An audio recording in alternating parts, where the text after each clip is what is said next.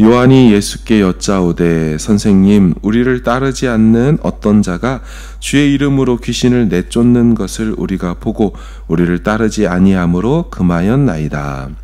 예수께서 이르시되 금하지 말. 내 이름을 의탁하여 능한 일을 행하고 즉시로 나를 비방할 자가 없느니라. 우리를 반대하지 않는 자는 우리를 위하는 자니라.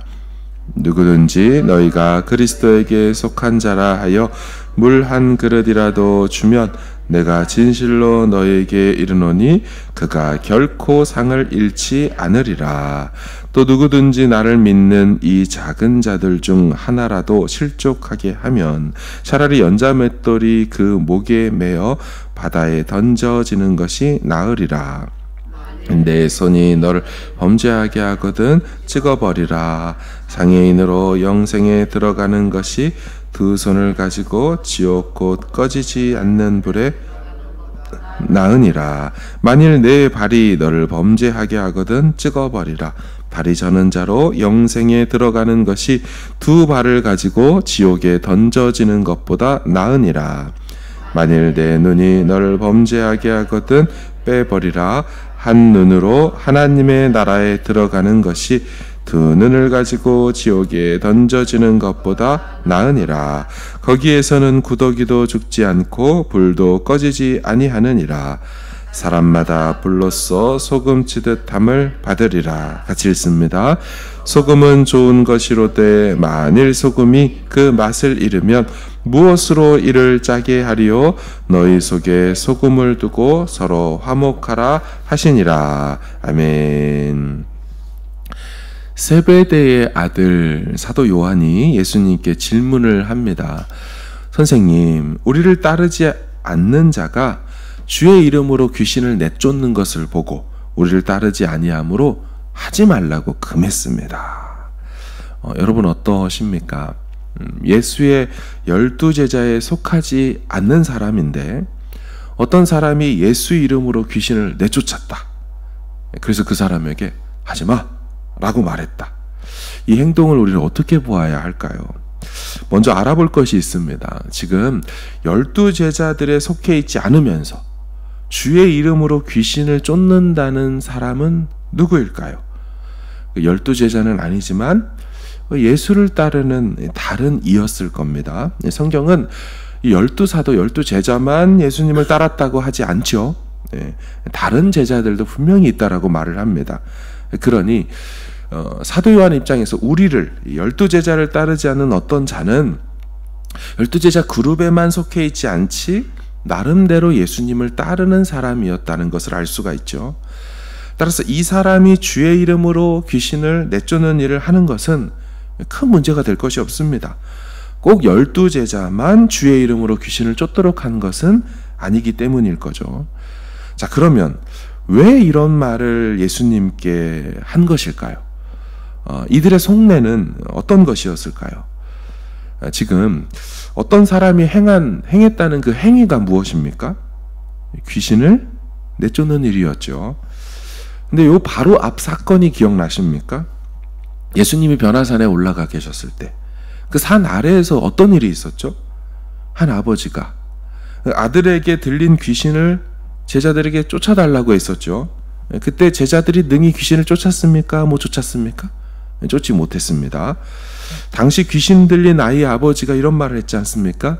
귀신이 어디서든지 그를 잡으면 거꾸러져 거품을 흘리며 이를 갈며 그리고 파리해지는지라 내가 선생님의 제자들에게 내쫓아달라 하였으나 그들이 능히 하지 못하더이다. 그래서 예수님이 뭐라고 하셔요? 할 수 있거든이 무슨 말이냐. 믿는 자들에게는 능히 하지 못할 일이 없다. 자, 그러니까 요 바로 앞 사건에서 제자들이 능히 하지 못한 게 귀신을 내쫓는 일이었습니다. 그런데 지금 요한이 어떤 행동을 했다는 거예요? 우리를 따르는 사람들이 귀신을 내쫓는 걸 보고 우리가 금지시켰습니다. 자, 여러분 왜 요한이 이랬다고 보십니까? 시기이지요. 자신들은 못하고 실패해서 망신당한 이 죽기 사역을 누군가는 그 주님의 이름으로 동일하게 하는 것을 보며 시기를 느껴서 너 우리 편 아니니까 하지 마 이런 식으로 금지시켰다는 겁니다. 여러분 아시듯이 변화되기 전에 요한하고 이 야고보는 그 어머니의 행동을 통해 보듯이 서로 높아지려고 한 자리 마련해 달라고 예수님께 요청했더랬습니다. 그리고 또한 이 둘의 별명을 예수님이 지어주셨죠. 보아너게, 천둥의 아들들, 우레의 아들들. 성격이 워낙 급하고 강하고 거친 자들이었기 때문에 그렇게 별명을 지으셨겠죠. 자, 이런 맥락에서 볼 때 지금 요한이 말하고 행했던 행동은요, 시기로 인해 다른 사람들을 인정하지 않는 것으로 보입니다. 자, 이에 예수님이 뭐라고 하십니까? 39, 40절 금하지 말아라. 내 이름을 의탁하여 능한 일을 행하고 즉시로 나를 비방할 자가 없다. 우리를 반대하지 않는다면 우리를 위하여 우리와 함께하는 자다. 그러니까 반대하는 것이 아니라면 그들의 그 행동을 인정해 주라는 겁니다. 주님의 이름으로 귀신을 내쫓는 사역이 12사도만의 전유물이 아니라는 거죠. 예, 맞습니다. 12사도와 함께 있지 않으면 주님의 사역 못할까요? 중요한 것은 12사도 안에 있느냐 없느냐가 아니라 예수님께 속했느냐 안 속했느냐인 거죠. 12사도를 따르느냐 안 따르느냐가 아니라 예수님을 따르느냐 안 따르느냐가 중요한 거지, 네 편 내 편이 주의 사역에 문제가 될 것이 없다라는 것입니다. 모두 그리스도 안에 있다면 그 주님의 이름으로 하는 사역을 서로 인정해주고 받아줘야 한다는 예수님의 말씀이죠. 오늘 이 내용은 종종 저희 같은 사역자들이 행하는 실수입니다. 우리 부서, 너네 부서, 우리 교회, 너네 교회, 우리 성도, 너네 성도. 여러분, 그리스도 안에서 무의미한 구분짓기 아닙니까? 세우신 각 지역 교회들마다 맡겨진 사명을 감당하면 하나님 나라가 같이 확장되는 것이죠. 하버브릿지를 건너서 남쪽 지역을 담당하는 교회들이 있죠. 동쪽을 담당하는 교회가 있습니다. 또한 남섬을 커버하는 교회들이 있고요. 저희와 같이 노쇼어나 북쪽을 담당하는 교회들, 우리 모두가 다 주의 교회들이기에 서로의 성장과 부흥을 일어나고 있다면 축하하고 기뻐해야 하죠. 어느 교회가 컸네, 어느 교회가 줄었네, 이럴 필요가 없는 것입니다. 여러분, 이는 성도들 간에도 일어날 수 있는 내용입니다. 어느 집 애들이 잘 됐네, 어느 집이 하나님께서 복을 주셨네, 이런 내용들을 들으며 우린 서로 격려하고 축하해 주어야 하죠. 서로 배아파하거나 비교하거나 상심할 필요가 전혀 없습니다.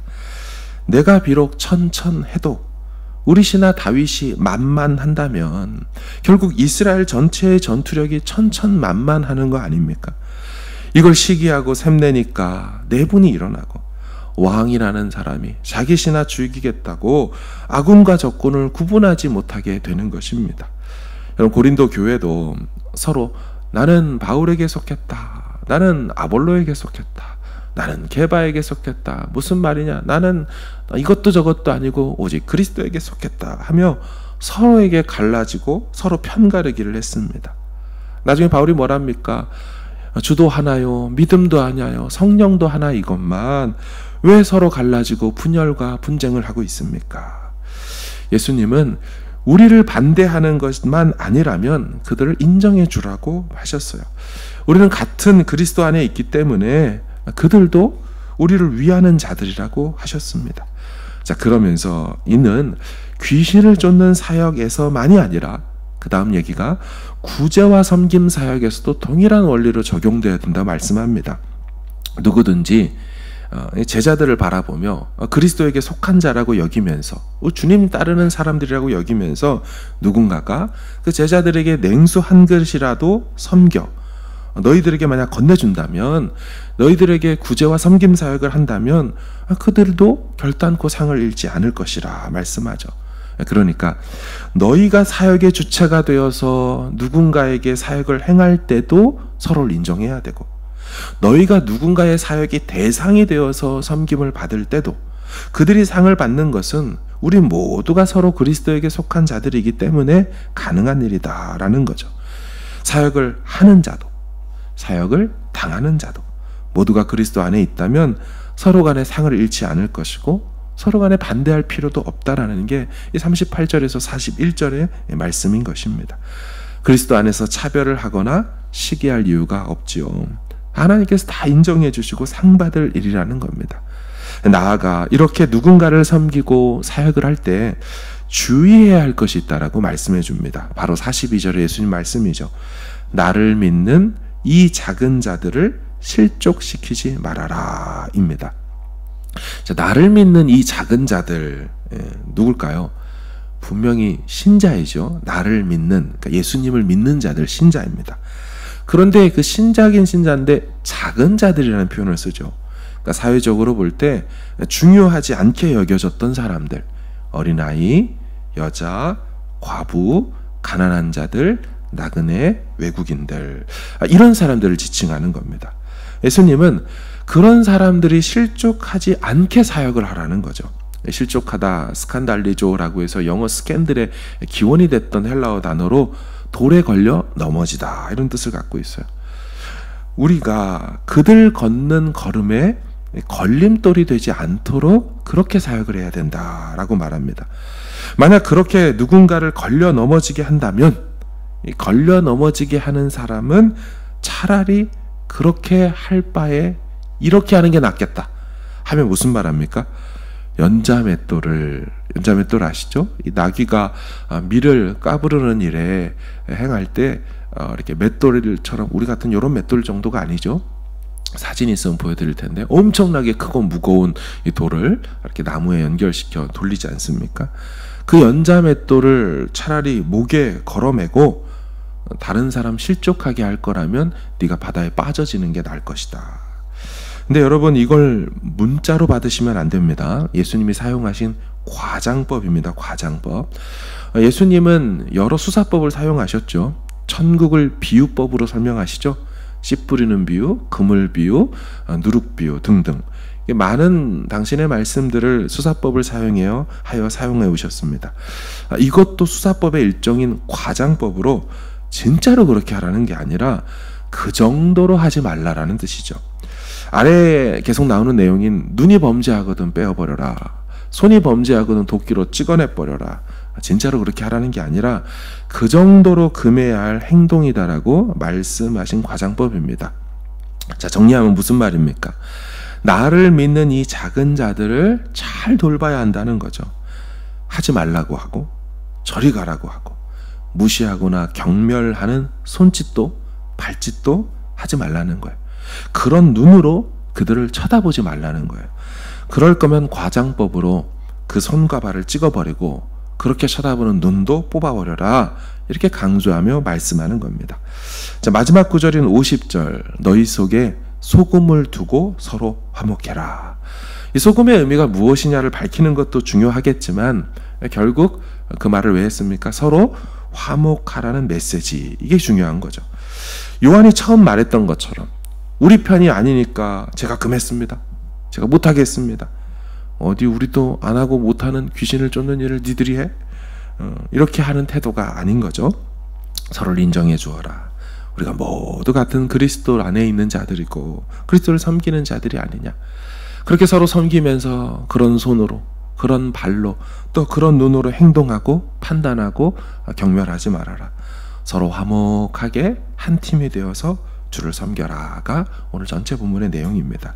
사랑하는 여러분, 신앙은 위로도 뻗어 올라가야 하겠지만 옆으로도 뻗어서 서로를 품어줄 수 있어야 합니다.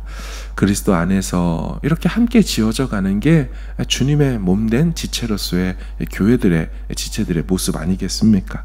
지역에 속한 우리 광명교회로서, 또 각 목장에 속한 우리 모든 성도님들로서 하나님 앞에서 함께 지어져 가고 그렇게 섬겨 나갈 수 있는 한몸된 우리 광명교회 성도들 다 되기를 주님의 이름으로 축원합니다. 아멘.